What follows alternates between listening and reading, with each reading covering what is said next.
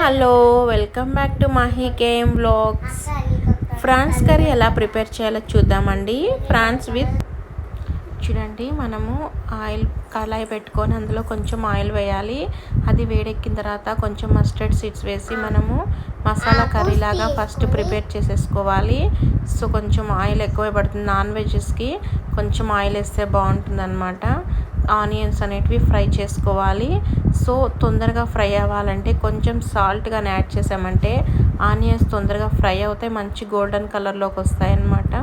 So కొంచెం salt add చేసుకొని అదేవిధంగా కర్రీ లీవ్స్ యాడ్ చేసుకొని ఈ గోల్డెన్ కలర్ వచ్చే వరకు ఫ్రై చేసుకోవాలి. సో గోల్డెన్ కలర్ వచ్చిన తర్వాత టమోటాస్ యాడ్ చేయాలి. ఈ టమోటాస్ యాడ్ చేసి ఇవి కూడా బాగా ఫ్రై అవ్వాలండి. సో బాగా మగ్గిపోయాయి కదా, ఇప్పుడు మనము మసాలా రెడీ చేసుకున్నాం కదా. సో ఈ పచ్చి మసాలా అనేది యాడ్ చేయాలి. కారము టర్మరిక్ పౌడర్ వేసిన తర్వాత మసాలా కానీ వేస్తే కలర్ అనేది బాగుండదు. ఈ విధంగా మసాలా ఫ్రై అయిన తర్వాత turmeric powder, red chilli powder అనేది యాడ్ చేసుకోవాలండి. సో కొంచెం టర్మరిక్ పౌడర్, అదేవిధంగా తగినంత రెడ్ చిల్లీ పౌడర్ వేసుకున్నాము, కారానికి తగినంత, అదేవిధంగా తగినంత సాల్ట్ వేసుకొని బాగా మిక్స్ చేసుకోవాలి.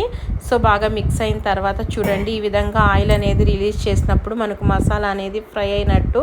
సో అదేవిధంగా బాయిల్ చేసి పెట్టుకున్న ఈ ఫ్రాన్స్ కూడా మనము యాడ్ చేస్తున్నాము. సో ఇది యాడ్ చేసేసుకున్న తర్వాత పప్పు అన్నమాట, పచ్చెనగపప్పు అనేది నానబెట్టుకొని బాయిల్ చేసుకోవాలి. సో ఈ పప్పు కూడా యాడ్ చేసుకొని కర్రీ అనేది రెడీ అయిపోతుంది అనమాట. కొంచెం వాటర్ వేసుకొని బాయిల్ చేసుకోవాలండి. మనకు కొంచెం రొయ్యలు ఉన్నప్పుడు ఈ విధంగా పప్పు కానీ వేసుకున్నామంటే కర్రీ అనేది కలిసి వస్తుంది. చూడండి, చాలా ఎమ్మీగా ఉంటుందన్నమాట. కొంచెం వాటర్ వేసి బాయిల్ చేయాలి.